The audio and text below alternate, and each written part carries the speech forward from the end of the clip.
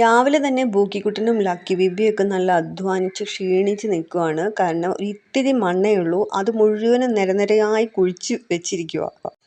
ആരാ ഈ കുഴി കുത്തി വെച്ചിരിക്കുന്നതെന്ന് ചോദിച്ചപ്പോൾ ഞാനല്ല ഞാനല്ല എന്ന് പറഞ്ഞിട്ട് രണ്ടുപേരും അങ്ങോട്ടും ഇങ്ങോട്ടും ഓടി. ബൂക്കിയാണെന്നുണ്ടെങ്കിൽ ഒന്നും അറിയാത്ത മട്ടിൽ വന്നിട്ട് ആരാ ഈ കുഴി കുത്തി വെച്ചിരിക്കുന്നത്, മമ്മാക്ക് ജോലി ഉണ്ടാക്കാൻ എന്നുള്ള രീതിയിൽ. സുഹാന ആൻറ്റിയും കുട്ടികളെല്ലാം 15 ദിവസമായി വെക്കേഷനായിട്ട് വീട്ടിൽ തന്നെയുണ്ട്. അപ്പോൾ ബൂക്കിക്കുട്ടനെ ഇങ്ങനെ ഓമനിച്ച് കൊണ്ട് നടക്കുകയാണ്. എപ്പോഴും അമ്മായെ മാത്രം കണ്ട് ശീലിച്ച ബൂക്കിക്കുട്ടന് സുഹാനാൻ്റിയൊക്കെ ഉള്ളപ്പോൾ കുറച്ച് ഹാപ്പി കൂടിയിട്ടുണ്ട്.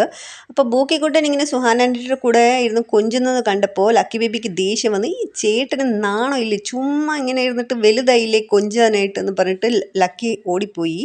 മാറിയിരുന്ന ലക്കി ബേബി ചേട്ടാ ചേട്ടാ ഇങ്ങോട്ട് വാ ചേട്ടാ എന്ന് പറഞ്ഞ് വിളിക്കുന്നുണ്ട്. പക്ഷേ ചേട്ടൻ അതൊന്നും ശ്രദ്ധയൊന്നുമില്ല. ചേട്ടൻ അവിടെ ഇങ്ങനെ സുന്ദരമായിട്ട് ഇരിക്കുകയാണ്. അപ്പോൾ ലക്കി ബേബി തിരിച്ച് വീണ്ടും ചേട്ടൻ്റെ അടുത്തേക്ക് പോയിട്ട് ഈ ചേട്ടൻ്റെ ഒരു കൊഞ്ചിലൊന്ന് നിർത്തുന്നുണ്ടോ എന്ന് പറഞ്ഞിട്ട് മേത്തേക്കൊക്കെ കയറുന്നുണ്ട്.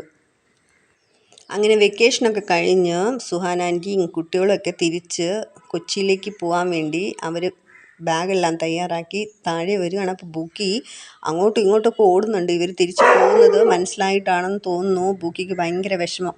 അപ്പം ഞാൻ പറഞ്ഞു, ബൂക്കിക്കുട്ടാ അവർ പോയിട്ട് പെട്ടെന്ന് വരൂ കേട്ടോ, ബൂക്കി ഇങ്ങനെ വിഷമിക്കേണ്ട ആവശ്യമില്ല എന്ന് പറഞ്ഞു. പക്ഷെ ബാഗെല്ലാം കണ്ടപ്പോൾ ബൂക്കിക്ക് മനസ്സിലായി അത്ര പെട്ടെന്ന് ഓടി വരുന്ന സംഭവമല്ല എന്ന്.